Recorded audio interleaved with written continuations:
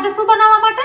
તો ઊંધિયું ચાટ પાપડી, એટલે કે ચાટની અંદર નાખીને આપણે કે ઊંધિયું કે ઊંધિયાની અંદર નાખીને કે ચાટ, એક બે વસ્તુને આપણે આમથી આમ કરીને કરીએ તો ઊંધિયું બનશે સુરતી સ્ટાઇલમાં. કદાચ એમાં એક બે વસ્તુ ઓછી પણ પડે, કારણ કે ઓસ્ટ્રેલિયા ગામમાં બધું જ તો મળતું નથી હોતું. એ તો હવે તમને પણ ખબર પડી ગઈ છે.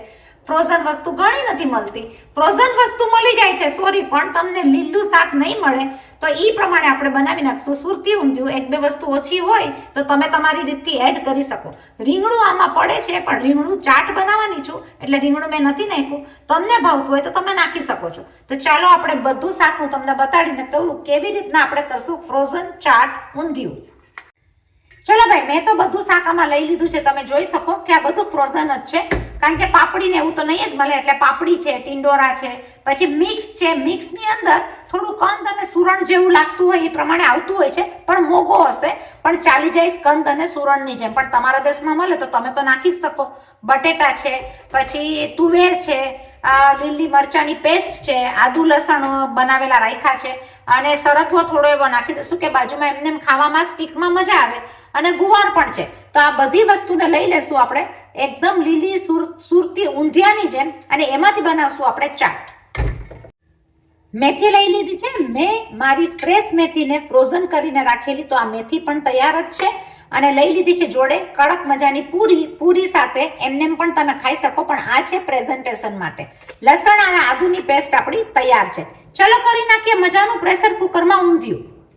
પ્રેશર કુકરમાં તો નાખવાનું છે, પણ તમને જોવામાં અઘરું પડશે તો હું લઈ લઈશ આ પેનની અંદર અને લઈ લઈશું આપણે પ્રેશર કુકરની અંદર પછીથી. તો મેં લઈ લીધું છે 3 ટેબલ સ્પૂન જેટલું તેલ. તેલ જેવું તૈયાર થઈ જશે હું લઈ લઈશ અડધી ચમચી જેટલું જીરું. ઓસ્ટ્રેલિયામાં ઠંડી એટલી બધી પડે છે કે તેલને પણ ગરમ થતા વાર લાગે. અરે જીરુંનો વઘાર સરસ થઈ જશે લઈ લઈશ થોડી એવી હિંગ.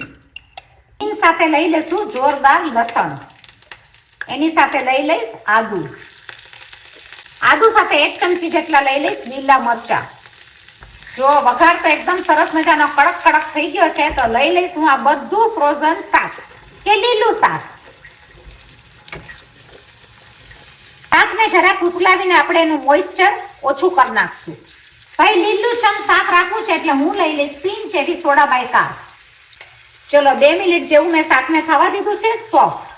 તમે જોઈ શકો કે શાક સરસ મજાનું સોફ્ટ થઈ ગયું છે, અને લસણ આદુના હિસાબે સુગંધ તો એકદમ સરસ આવે છે. કરી નાખશું એની અંદર મસાલો. માપથી લઈ લેશું મીઠું. 1 ચમચા જેટલી લઈ લઈશ ધાણા જીરું. હળદર તો ભાઈ મારે બહુ નથી નાખવી, પણ થોડી એવી ફ્લેવર માટે નાખી છે હળદર. કાઠિયાવાડી ટાઈપનું લાલ કરવું હોય તો મરચાની ભૂકી નાખીને અને ટમેટાની પેસ્ટ નાખીને મસ્ત મજાનું કાઠિયાવાડી શાક પણ થઈ શકે. ગળાશ ખટાશનો સ્વાદ વધારવા હું લઈ લઈશ થોડું એવું ગોળ. પછી તો શું છે ભાઈ, કરી નાખશું મિક્સ. શાક આપણું બેસી ના જાય માટે 2 ટેબલ સ્પૂન જેટલું લઈ લેશું ખાલી પાણી. હવે જશે આ પ્રેશર કુકરની અંદર. મીડિયમ ધીમા તાપ ઉપર 2 સીટી વાગવા દેશું પ્રેશર કુકરની. ચલો ભાઈ કરી નાખશું મૂઠડીની તૈયારી, એટલે કે નાના એવા મુઠિયા નાના નાના મૂકીને કરી નાખશું એની તૈયારી ઊંધિયામાં નાખવા.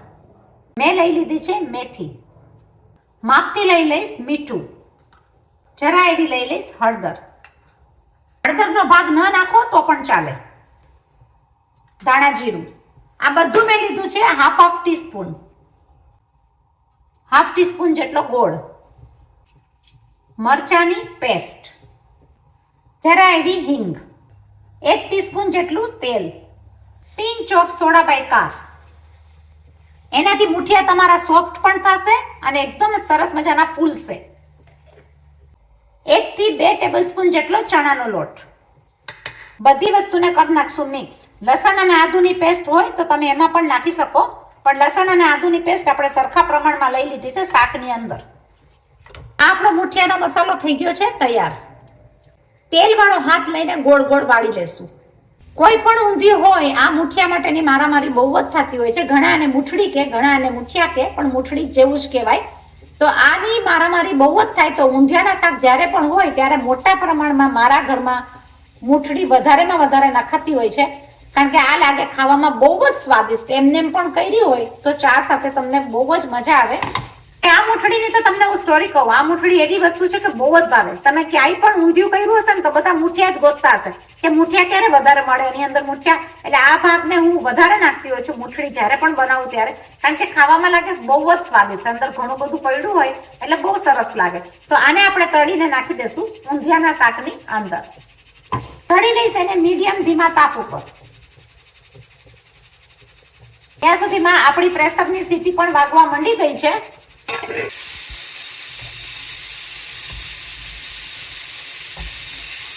તમે જોઈ શકો એકદમ સરસ રીતના મૂઠડી ડબલ ધ સાઈઝ થઈ ગઈ છે.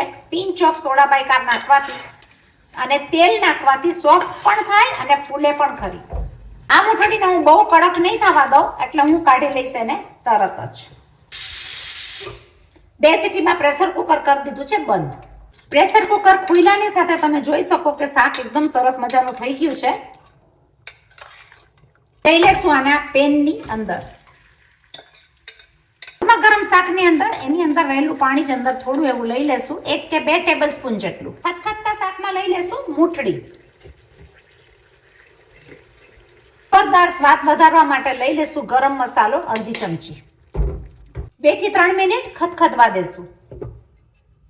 ખોલીને આપણે જોઈ લઈએ તો ખતખતતું આ શાક બહુ જ સરસ લાગે છે. તો બનાવજો જરૂર. એમને પણ શાક બનાવીને શાક કે પૂરી કે શાક કે ભાત, ઊંધિયાનું શાક લીલું છમ બધી વસ્તુ નાખીને જોરદાર મસાલો કરીને સ્વાદિષ્ટ લાગે છે. જો મારી ચેનલ ગમતી હોય તો લાઈક કરજો, શેર કરજો, સબસ્ક્રાઇબ કરજો, બીજાને ફોરવર્ડ કરજો. ઓસ્ટ્રેલિયાની અંદર ગુજરાતી ફેમિલીની આ બધી રેસીપી બહુ જ સરસ હોય છે. તો ચાલો બનાવી નાખીએ હવે આનું મસ્ત મજાનું ચાટ. દહીં નાખીને, દહીંને મિક્સ કરીને પણ ખવાય અને દહીંને ઉપર નાખીને પણ ખવાય. ચલો પ્રેઝન્ટેશન કેવી રીતના કરીએ છીએ જોઈએ આપણે. ચલો ભાઈ પ્રેઝન્ટેશન કરી નાખશું એકદમ જ સરસ રીતના. તો મેં લઈ લીધું છે ખટ્ટું એટલે કે ગોળ અને આંબલીની ચટણી. એની સાથે લઈ લીધી છે લીલી ચટણી. એમાં છે મીઠું દહીં એટલે થોડી એવી ખાંડ અને નિમક નાખીને મીઠું કરવું હોય તો મીઠું, ના કરવું હોય તો તમે એમને પ્લેન દહીં પણ લઈ શકો. લઈ લીધી છે કોથમીર. ફ્રોઝન દાડમ. દાડમ જે આવતા હોય સિઝનમાં ત્યારે ફ્રોઝન કરીને ખાવ તો આવા સરસ મજાના લાલ ચટક જ રહે છે. ફ્રોઝન કરેલા દાડમ તમે ગમે ત્યારે વાપરી શકો. દાબેલીમાં પણ બહુ જ સરસ લાગે. લઈ લેશું થોડી એવી ઝીણી સેવ.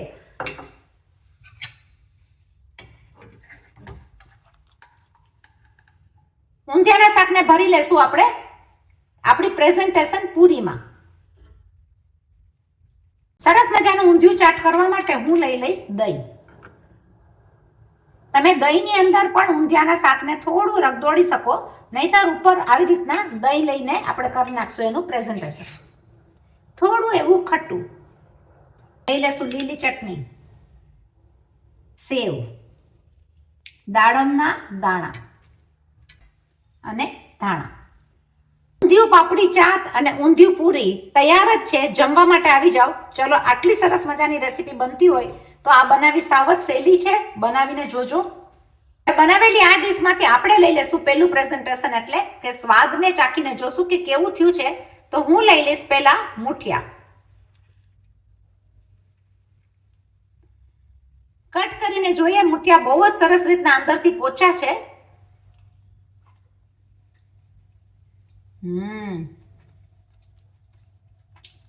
અને ખટ્ટું અને ચટણી સાથેનું